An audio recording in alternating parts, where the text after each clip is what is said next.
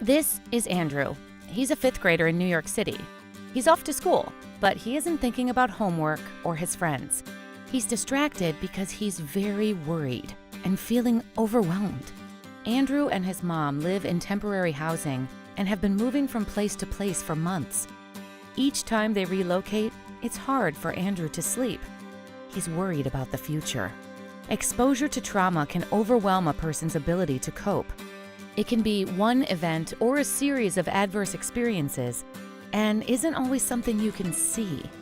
Traumatic experiences can be physical or emotional in nature, leaving someone feeling terrified and helpless. Homelessness, community violence, untreated mental health, and/or substance abuse can all be traumatic. Traumatic experiences in childhood are also called adverse childhood events, or ACEs. Nearly half of children in the United States have experienced at least one ACE. Many of these experiences happen in early childhood. It's estimated by the age of 4, 25% of children have had an ACE. Children need supportive adults to help them cope with these traumatic experiences. Without these advocates, children may experience what is known as toxic stress. The more severe the traumatic events experienced, the more likely a child is to have a toxic stress response. Toxic stress may cause changes in the child's body chemistry that lead to illness in childhood and even adulthood. Children who experience toxic stress are more likely as adults to have health conditions like depression, substance abuse, asthma, diabetes, heart disease, stroke, and cancer.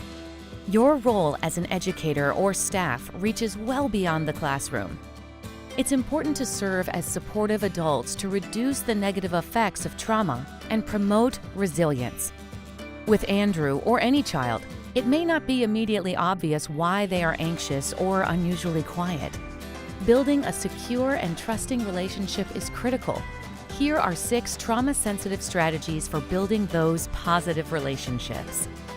Provide mentoring. Identify safe adults. Be patient and consistent. Host family programs. Teach coping skills.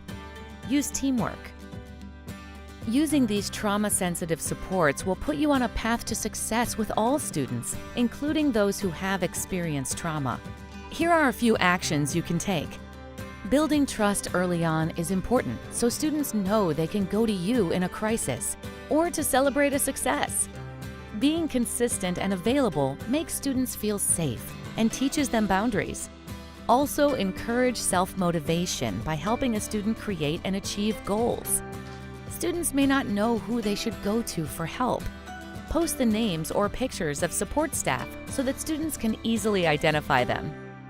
Also, knowing what to expect helps young children feel safe. Set clear schedules and expectations in the classroom. Be patient and lead by example. Model boundaries and self-regulation and make sure they know you are there to support them. Create an environment of inclusivity by engaging with students and their families. Hosting family nights or other events gets everyone involved in a positive, strength-based activity. Helping a child learn to cope is a vital life lesson. Teach relaxation techniques like breathing exercises and positive distractions. Also, healthy diets and exercise are an important foundation for every student.